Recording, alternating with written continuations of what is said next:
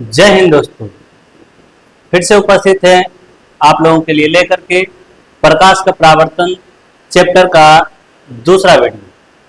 तो हम लोग 10th क्लास का फिजिक्स पढ़ रहे हैं, जिसमें हम लोग पिछले वीडियो में प्रकाश का परावर्तन चैप्टर शुरू किया था और आज इस चैप्टर का दूसरा क्लास है। तो आज हम लोग देखने वाले हैं प्रकाश के परावर्तन का नियम। तो शुरुआत करते हैं बिना देर किए हुए प्रकाश के परावर्तन का नियम।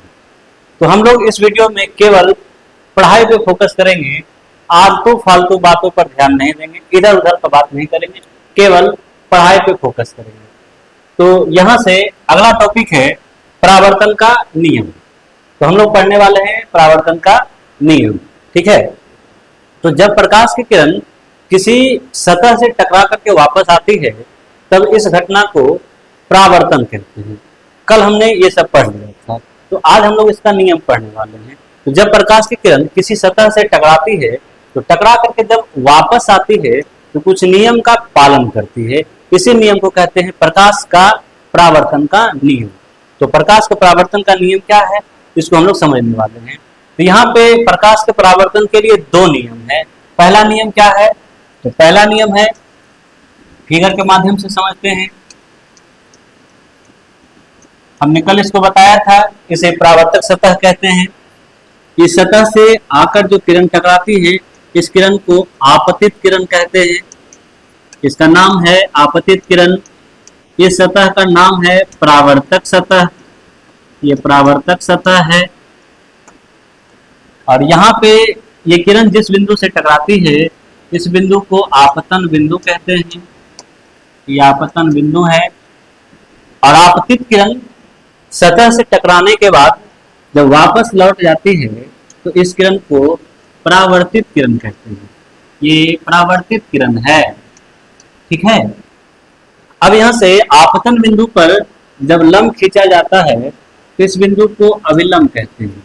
ये अभिलंब है, ठीक है। तो पहला नियम कहता है कि आपतित किरण, परावर्तित किरण और आपतन बिंदु पर खींचा गया अभिलंब तीनों एक ही सतह पर होता है, तीनों एक ही समतल पे होते हैं, ठीक है। पहला नियम है आपतित किरण, परावर्तित किरण और ये अभिलंब, आपतन बिंदु पे खींचा गया अभिलंब तीनों एक ही समतल पे होता है, तीनों एक ही सतह पे होता है, ठीक है। दूसरा नियम क्या कहता है, तो अभिलंब और आपतित किरण के बीच के कोण को आपतन कोण कहते हैं। इसे आई से दिखाते हैं। उसी तरह से परावर्तित किरण और अभिलंब के बीच के कोण को परावर्तन कोण कहते हैं और इसे आर के द्वारा दिखाते हैं। तो दूसरा नियम कहता है कि ये जो आपतन कोण है, ये आपतन कोण और ये परावर्तन कोण आपस में बराबर होता है। तो आपतन कोण और परावर्तन कोण आपस में बराबर होता है, ठीक है। तो किसी गेंद को अगर यहाँ से ऐसे मारेंगे तो जितना कोण से आएगा उतना ही कोण से वापस जाएगा, या यहाँ से प्रकाश को मारेंगे, प्रकाश को यहाँ से आपतित कराएंगे तो प्रकाश यहाँ पे जितना एंगल से आएगा उतना ही एंगल से वापस चला जाएगा। यही नियम है, दूसरा नियम, ठीक है। तो आगे बढ़ते हैं अगले टॉपिक की तरफ। अगला टॉपिक है प्रतिबिंब, इमेज। तो इमेज को सिंपल में समझे तो जब हम लोग दर्पण के सामने में खड़ा रहते हैं तो दर्पण में जो हमारा चेहरा दिखाई देता है उसी को प्रतिबिंब कहते हैं। लेकिन यहाँ पे परिभाषा समझना है क्या है, तो किसी बिंदु स्रोत से आने वाली प्रकाश की किरण, किसी बिंदु स्रोत से आने वाली प्रकाश की किरण दर्पण से परावर्तन, ध्यान से सुनेंगे, दर्पण से परावर्तन या लेंस से अपवर्तन के बाद जिस बिंदु पर मिलती है या जिस बिंदु पर मिलती हुई प्रतीत होती है उस बिंदु को, उस बिंदु स्रोत का प्रतिबिंब कहते हैं। तो यहाँ पे आपको परिभाषा में दर्पण और लेंस दोनों जोड़ देना है, ताकि लेंस के लिए पूछे या दर्पण के लिए पूछे दोनों हो जाए, ठीक है। तो किसी बिंदु स्रोत से आने वाली प्रकाश की किरण दर्पण से परावर्तन या लेंस से अपवर्तन के बाद जिस बिंदु पर मिलती है या जिस बिंदु पर मिलती हुई प्रतीत होती है उस बिंदु को, उस बिंदु स्रोत का प्रतिबिंब कहते हैं, ठीक है। अब यहाँ पे मिलती है या मिलती हुई प्रतीत होती है, इसका क्या मतलब है, तो अगर मिलती है तो यहाँ पे वास्तविक प्रतिबिंब बनेगा और अगर मिलती हुई प्रतीत होगा तब यहाँ पे काल्पनिक प्रतिबिंब बनेगा। ठीक है, बढ़ते हैं अगले टॉपिक की तरफ। अगला टॉपिक है प्रतिबिंब का प्रकार। तो प्रतिबिंब दो प्रकार का होता है। नंबर एक होता है वास्तविक प्रतिबिंब। पहला को क्या कहते हैं? वास्तविक प्रतिबिंब। ठीक है बच्चों, पहला को कहते हैं वास्तविक प्रतिबिंब। दूसरा को कहते हैं काल्पनिक प्रतिबिंब। दूसरा को काल्पनिक प्रतिबिंब कहते हैं, या इसी का एक और नाम होता है आभासी प्रतिबिंब। आभासी प्रतिबिंब। तो प्रतिबिंब दो प्रकार का हो गया। ठीक है, पहला को कहते हैं वास्तविक प्रतिबिंब और दूसरा को कहते हैं काल्पनिक प्रतिबिंब, या इसी का एक और नाम होता है आभासी प्रतिबिंब। तो अब हम लोग दोनों को समझने वाले हैं, वास्तविक प्रतिबिंब क्या है और काल्पनिक प्रतिबिंब क्या है। ठीक है, पहले हम लोग समझते हैं वास्तविक प्रतिबिंब को। तो किसी बिंदु स्रोत से आने वाली प्रकाश की किरण दर्पण से परावर्तन के बाद या लेंस से अपवर्तन के बाद जिस बिंदु पर वास्तविक रूप से मिलती है उस बिंदु स्रोत का प्रतिबिंब कहते हैं। ठीक है, तो यहाँ पे एक फिगर के माध्यम से समझते हैं। ये एक अवतल दर्पण है, इसका ये मुख्य अक्ष है, ये सब आगे बताएंगे। अब यहाँ पे किसी वस्तु को रखेंगे। ठीक है, यहाँ से किरण जाएगी और जाके दर्पण में टकराएगी, और टकराने के बाद जब ये वापस आएगा तो यहाँ से एक किरण और लेके जाएंगे। दोनों यहाँ पे मिला है, तो जहां पे ये मिलेगा इस बिंदु को हम लोग इस बिंदु स्रोत का प्रतिबिंब कहते हैं। तो यहाँ पर ये वस्तु है और ये इसका प्रतिबिंब है। तो किरण आरेख जब बताएंगे तो वहां पे आप लोग को प्रतिबिंब का फिगर बढ़िया से समझना है। ठीक है, इसके बाद हम लोग वास्तविक प्रतिबिंब का कुछ गुण देख लेते हैं। इसका गुण क्या होता है, अगर ये प्रतिबिंब बनेगा तो इसका क्या विशेषता होगी। ठीक है, तो वास्तविक प्रतिबिंब वस्तु की अपेक्षा उल्टा होता है। वास्तविक प्रतिबिंब हमेशा वस्तु की अपेक्षा उल्टा होता है। तो अगर कोई आदमी इस दर्पण के सामने में खड़ा है तो उसका जो प्रतिबिंब बनेगा उल्टा बनेगा। उसका पैर हो जाएगा ऊपर और सर हो जाएगा नीचे। तो पैर अगर ऊपर है, सर अगर नीचे है, तब उस प्रतिबिंब को हम लोग कहते हैं वास्तविक प्रतिबिंब। यह प्रतिबिंब दर्पण के सामने बनता है। यह प्रतिबिंब दर्पण के सामने बनता है। यह उल्टा होता है, यह दर्पण के सामने बनता है। इसे पर्दे पर प्राप्त कर सकते हैं। इसे पर्दे पर प्राप्त कर सकते हैं। इसे पर्दे पर प्राप्त कर सकते हैं। यह वास्तविक कटान से बनता है। यह किरणों के वास्तविक कटान से बनता है। यह किरणों के वास्तविक कटान से बनता है। ठीक है, तो ये इसका विशेषता हो गया। इसके बाद अगले टॉपिक की तरफ चलते हैं, काल्पनिक प्रतिबिंब। काल्पनिक को आभासी प्रतिबिंब कहते हैं। तो किसी बिंदु स्रोत से आने वाली प्रकाश की किरण दर्पण से परावर्तन या लेंस से अपवर्तन के बाद प्रकाश की किरण जिस बिंदु पर मिलती हुई प्रतीत होती है उसे उस बिंदु स्रोत का काल्पनिक प्रतिबिंब कहते हैं। तो यहाँ पे जो प्रकाश की किरण है वास्तविक रूप से नहीं मिलेगा, मिलता हुआ प्रतीत होगा। अगर मिलता हुआ प्रतीत होगा तब उसे हम लोग काल्पनिक प्रतिबिंब या आभासी प्रतिबिंब कहते हैं। इस काल्पनिक प्रतिबिंब का कुछ गुण को देख लेते हैं, इसका क्या गुण होता है। ठीक है, तो काल्पनिक प्रतिबिंब वस्तु की अपेक्षा सीधा होता है। मतलब अगर सीधा प्रतिबिंब बनेगा तो जैसे किसी दर्पण के सामने में वस्तु रखेंगे उसी तरह से उसका प्रतिबिंब बनेगा। यह दर्पण के पीछे बनता है। यह दर्पण के पीछे बनता है, और दर्पण के जब पीछे बनेगा तो इसे पर्दा पर प्राप्त नहीं कर सकते हैं। तो पर्दा पर नहीं प्राप्त कर सकते हैं, और ये काल्पनिक कटान से बनता है।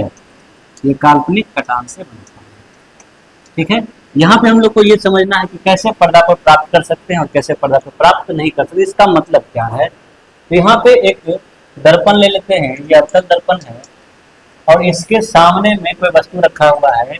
तो अगर वास्तविक प्रतिबिंब बनेगा तो ये दर्पण के सामने बनेगा। तो दर्पण के सामने मतलब अगर यहाँ ये वस्तु रखा हुआ है तो इसके सामने यहाँ प्रतिबिंब बनेगा। ठीक है, इस तरह से। और अगर काल्पनिक प्रतिबिंब बनेगा तो यहाँ वस्तु रखा हुआ है, इसका प्रतिबिंब दर्पण के पीछे बनेगा। ठीक है, तो यहाँ पे देखते हैं, यहाँ पे देख सकते हैं वस्तु जैसे रखा हुआ है इसका उल्टा बना हुआ प्रतिबिंब, और यहाँ पे वस्तु जैसे रखा हुआ उसका सीधा बना हुआ प्रतिबिंब। ठीक है, तो अगर इसके सामने में कोई पर्दा लगा दे तो यहाँ प्रतिबिंब बन रहा है, और यहाँ पे कोई पर्दा लगा देंगे तो इस पर्दा पे इसका प्रतिबिंब बनेगा। ठीक, लेकिन अगर इसके सामने में पर्दा लगाए तो पर्दा इधर लगाएंगे लेकिन प्रतिबिंब उधर बन रहा है, और अगर प्रतिबिंब पर्दा यहाँ लगाए और अगर पर्दा यहाँ लगाए तो कुछ नहीं बनेगा इसमें प्रतिबिंब, क्योंकि ये जो प्रतिबिंब है दर्पण के पीछे कहने का मतलब है ये दर्पण के अंदर बन रहा है। ठीक, तो दर्पण के पीछे कहने का मतलब क्या है, ये प्रतिबिंब दर्पण के अंदर बन रहा है। ऐसा नहीं यहाँ पे दर्पण है और उस दर्पण के पीछे बन रहा है, वो नहीं है। यहाँ पे दर्पण है और दर्पण के अंदर में प्रतिबिंब बन रहा है, तो दर्पण के अंदर में जब बनेगा तो इसी को हम लोग कहते हैं दर्पण के पीछे।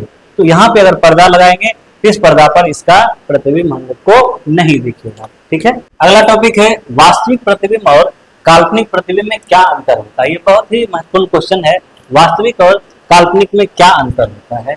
तो इधर हम लोग ले लेते हैं वास्तविक प्रतिबिंब और इधर ले लेते हैं काल्पनिक प्रतिबिंब। तो वास्तविक प्रतिबिंब वस्तु की अपेक्षा उल्टा होता है, काल्पनिक प्रतिबिंब वस्तु की अपेक्षा सीधा होता है। इसे पर्दा पर प्राप्त कर सकते हैं, इसे पर्दा पर प्राप्त नहीं कर सकते हैं। ठीक है, ये दर्पण के सामने बनता है और ये दर्पण के पीछे बनता है। ये वास्तविक कटान से बनता है, ये वास्तविक कटान से बनता है और ये काल्पनिक कटान से बनता है। तो ये इसका कुछ अंतर है। ठीक है, ये वस्तु की अपेक्षा उल्टा बनेगा, ये सीधा बनेगा। इसे पर्दे पर प्राप्त कर सकते हैं, इसे पर्दे पर प्राप्त नहीं कर सकते हैं। ये दर्पण के सामने बनता है और ये दर्पण के पीछे बनता है। ये वास्तविक कटान से बनता है और ये काल्पनिक कटान से बनता है। चलिए आगे बढ़ते हैं। अगला टॉपिक है दर्पण। दर्पण क्या है, हम लोग अब दर्पण समझेंगे। दर्पण क्या है, मिरर क्या है। दर्पण को मिरर कहते हैं। ठीक है, मिरर क्या है। तो दर्पण किसी पारदर्शक कांच का टुकड़ा होता है जिसका एक सतह परावर्तक होता है और दूसरा सतह रजतित होता है। तो दर्पण किसी कांच का टुकड़ा होता है जिसका एक सतह परावर्तक होता है और दूसरा सतह रजतित होता है। रजतित कहने का मतलब है चांदी का परत। तो चांदी का परत चढ़ाना को ही रजतित कहते हैं, इसी को कलई भी कहते हैं। ठीक है, रजतित करना को कलई भी कहते हैं और रजतित का मतलब होता है चांदी का परत चढ़ाना।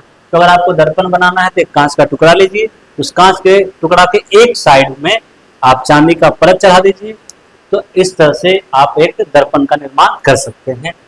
दर्पण का प्रकार देखते हैं। तो दर्पण का प्रकार यहाँ पे, दर्पण का प्रकार समतल दर्पण, गोलीय दर्पण और परवलयकार दर्पण। समतल दर्पण, गोलीय दर्पण और परवलयकार दर्पण। तो सबसे पहले अब हम लोग समझते हैं समतल दर्पण और उसका बनाने का विधि। समतल दर्पण क्या है, इसको कैसे बनाते हैं। अगर आप सीख गए तो घर में भी समतल दर्पण को बना सकते हैं। तो समतल दर्पण क्या है, तो वह दर्पण जिसका परावर्तक सतह समतल है। तो ये एक दर्पण ले लेते हैं, इसका परावर्तक सतह अगर समतल है, सीधा है, तब इसको समतल दर्पण कहते हैं। ठीक, तो वैसा दर्पण जिसका परावर्तक सतह समतल हो मतलब सीधा हो, उसको समतल दर्पण कहते हैं। समतल दर्पण का फोकस दूरी अनंत होता है। समतल दर्पण का फोकस दूरी अनंत होता है। इसका फोकस दूरी क्या होता है, अनंत होता है। ठीक है, तो अगर कोई भी वैसा दर्पण जिसका जो सतह है पूरा समतल हो, बराबर हो, तब उसको समतल दर्पण कहते हैं। ठीक है, समतल दर्पण कैसे बनाएंगे, तो समतल दर्पण बनाने के लिए एक चिकना समतल कांच लेना है। एक चिकना समतल कांच लेना है। इस कांच के किसी एक साइड में चांदी का परत चढ़ा देना है। ये चिकना समतल लिए हैं, इसके एक साइड में चांदी का परत चढ़ा देना है। ये चांदी का परत है। ठीक है, ये चांदी का परत है, तो इसको रजतित भी कह सकते हैं। ये रजतित कर दिए। ठीक, अब ये दर्पण बनकर तैयार हो गया। लेकिन इस चांदी के परत को सुरक्षित रखने के लिए इसके ऊपर में एक और गहरा रंग का परत चढ़ा देते हैं, ताकि चांदी में अगर कोई खरोच आए तो ये रंग उसको बचा ले। तो रंजित करने के बाद इसके ऊपर में एक और गहरा रंग का परत चढ़ा देते हैं। यह जो है कोई गाढ़ा रंग कर सकते हैं, लाल कर सकते हैं, नीला कर सकते हैं, हरा कर सकते हैं। तो इस तरह से आप समतल दर्पण को बना सकते हैं। तो ये समतल दर्पण है। तो समतल दर्पण बनाने के लिए एक समतल कांच लिया गया है। इस कांच के एक सतह को चांदी का परत चढ़ा दिए हैं, रंजित कर दिए हैं, और उस चांदी का परत को सुरक्षित रखने के लिए यहाँ पे कोई गहरा रंग, कोई गाढ़ा रंग चढ़ा दिए हैं। ठीक है। आज का अंतिम टॉपिक है समतल दर्पण में बने प्रतिबिंब की विशेषता। तो समतल दर्पण में जो प्रतिबिंब बना है उसका क्या विशेषता है। ठीक है, ये आज का अंतिम टॉपिक है। तो इस चैप्टर का अगर आप लोग को नोट चाहिए तो हमारा class note, handwritten note है, वो आप प्राप्त कर सकते हैं। तो हमारा व्हाट्सएप नंबर है 6200 47 83 13। इस नंबर पर व्हाट्सएप करना है, व्हाट्सएप के द्वारा मैसेज करना है, इससे आप हमारे क्लास नोट को मंगा सकते हैं। ठीक है।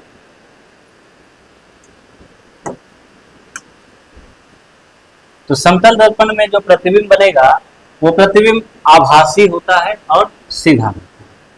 समतल दर्पण में बना प्रतिबिंब आभासी होता है और सीधा होता है। आभासी क्या है तो ये सब हम कुछ देर पहले पढ़ चुके हैं। तो आभासी प्रतिबिंब हमेशा सीधा होता है, वास्तविक अगर है तो हमेशा उल्टा होगा, और आभासी है तो सीधा होगा। वास्तविक हमेशा उल्टा होगा और आभासी हमेशा सीधा होगा। और अगर ये आभासी है या काल्पनिक है, हम लोग पढ़ चुके हैं, इसे पर्दे पर प्राप्त नहीं कर सकते हैं। ठीक है। तो समतल दर्पण में जो भी प्रतिबिंब बनेगा उसे पर्दे पर प्राप्त नहीं कर सकते हैं। यह पार्श्विक उल्टा होता है। पार्श्विक उल्टा कहने का मतलब क्या है, तो समतल दर्पण के सामने जब भी आप अपने बाल को कंघी करते होंगे तो देखते होंगे, ऐसा फील होता होगा आप लोग को कि बायां हाथ के जगह पर दायां हाथ और दायां हाथ के जगह पे बायां हाथ।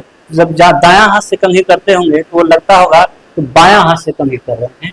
तो इसके सामने में अगर किसी वस्तु को रखते हैं, समतल दर्पण के सामने में अगर किसी वस्तु को रखते हैं तो इसका जो दायां साइड है वो बायां बन जाता है और बायां साइड दायां बन जाता है। दायां साइड, तो समतल दर्पण के सामने जब किसी वस्तु को रखते हैं तो इसका दायां साइड बायां बन जाता है और बायां साइड दायां बन जाता है। ठीक है। अगर इसके सामने में आर को रखेंगे तो ये उल्टा आर दिखेगा, इसका दायां भाग बायां हो जाएगा और बायां भाग दायां हो जाएगा। तो किसी भी वस्तु का अगर बायां भाग दायां हो जाए और दायां भाग बायां हो जाए तब इसे हम लोग पार्श्विक उल्टा कहते हैं। इसमें वस्तु और प्रतिबिंब का दूरी समान होता है।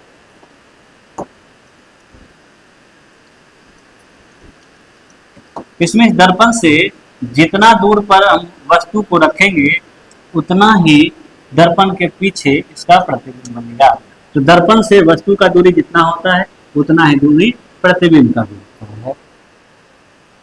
अगला है समान आकार। तो यहाँ पे वस्तु का आकार जितना रहता है उतना ही आकार प्रतिबिंब का रहता है। जो आकार वस्तु का होता है वही आकार प्रतिबिंब का होता है। इसमें प्रतिबिंब आभासी और सीधा बनता है, इसे पर्दे पर प्राप्त नहीं कर सकते हैं। यह पार्श्विक उल्टा होता है। इसमें वस्तु और प्रतिबिंब की दूरी दर्पण से समान होता है और यहाँ पे जो प्रतिबिंब और वस्तु है समान आकार का बनता है। तो इस वीडियो में यहीं तक। वीडियो को देखने के लिए धन्यवाद। Thank you. जय हिंद।